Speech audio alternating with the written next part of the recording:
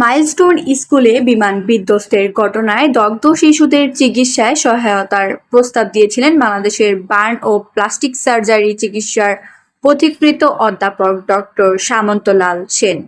কিন্তু সেই প্রস্তাবে ডক্টর ইউনূসের নেতৃত্বাধীন অন্তর্বর্তী সরকার সাড়া দেয়নি বলে দাবি করেছেন চট্টগ্রাম ৭ আসনের সংসদ সদস্য হুম্মাম কাদের চৌধুরী। সম্প্রতি ঠিকানায় খালেদ মহিউদ্দিন অনুষ্ঠানে তিনি আরও দাবি করেন, এই সহায়তা নেওয়া হলে হয়তো কয়েকটি প্রাণ রক্ষা পেত। হুম্মাম কাদের চৌধুরী জানান, মাইলস্টোনের ঘটনায় ডক্টর সামন্তলাল সেনের পক্ষ থেকে সহায়তার বার্তা তিনি নিজে অন্তর্বর্তী সরকারের কাছে পৌঁছে দিয়েছিলেন। তিনি বলেন, উনি বলেছিলেন, আমি জানি যে এটা একটা বিশাল দুর্ঘটনা ঘটেছে, আমি সহযোগিতা করতে চাই, যেভাবেই হোক না কেন আমি সহযোগিতা করতে চাই।